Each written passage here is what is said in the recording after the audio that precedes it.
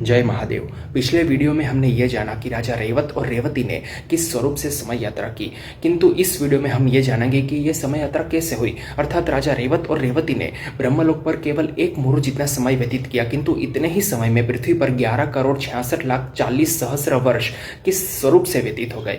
अब इसको जानने के लिए हमें श्रीमद् भागवत पुराण के तृतीय स्कंद के 11वें अध्याय में जाना होगा, जिसमें संपूर्ण स्वरूप से कालगणना का वर्णन किया हुआ है, जिसमें कालगणना के अर्थात समय के सबसे सूक्ष्म एकम से लेकर सबसे विराट एकम का वर्णन किया हुआ है। उसको भी हम आने वाली वीडियो में अवश्य समझेंगे। समय के सबसे सूक्ष्म एकम से लेकर समय के सबसे विराट एकम तक की जो यात्रा है उसको हम आने वाली वीडियो में अवश्य जानेंगे, और वो यात्रा भी बहुत अद्भुत होगी। किंतु अभी हम ये समझते हैं कि ये जो समय यात्रा हुई थी राजा रेवत और रेवती द्वारा, जो समय यात्रा हुई थी वो किस सिद्धांत पर आधारित थी।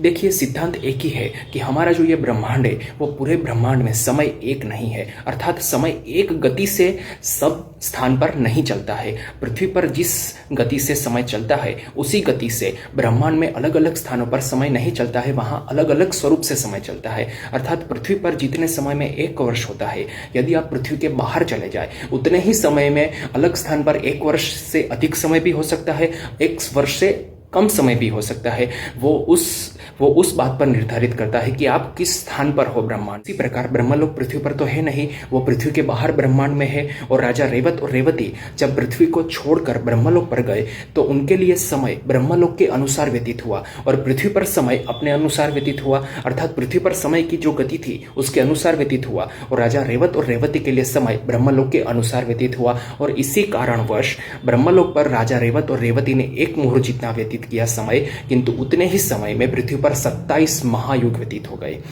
अब ये जो समग्र समय यात्रा हुई वो एक ही सिद्धांत पर आधारित है कि इस समग्र ब्रह्मांड में समय एक नहीं है, अलग अलग स्थानों पर समय अलग अलग है। ऐसा ही कुछ सिद्धांत अल्बर्ट आइंस्टाइन ने दिया है। अल्बर्ट आइंस्टाइन ने थियरी ऑफ रिलेटिविटी का जो सिद्धांत दिया है उसमें उन्होंने समय को चतुर्थ परिमाण अर्थात 4th डायमेंशन बताया है, और उसमें उन्होंने टाइम डायलेशन की बात की है। और ये टाइम डायलेशन हमें ये बताता है कि समग्र ब्रह्मांड में समय एक नहीं है, अलग अलग स्थानों पर समय अलग अलग है। अब आप ये चिंतन व मनन कीजिए कि थियरी ऑफ रिलेटिविटी कौन से वर्ष में आई?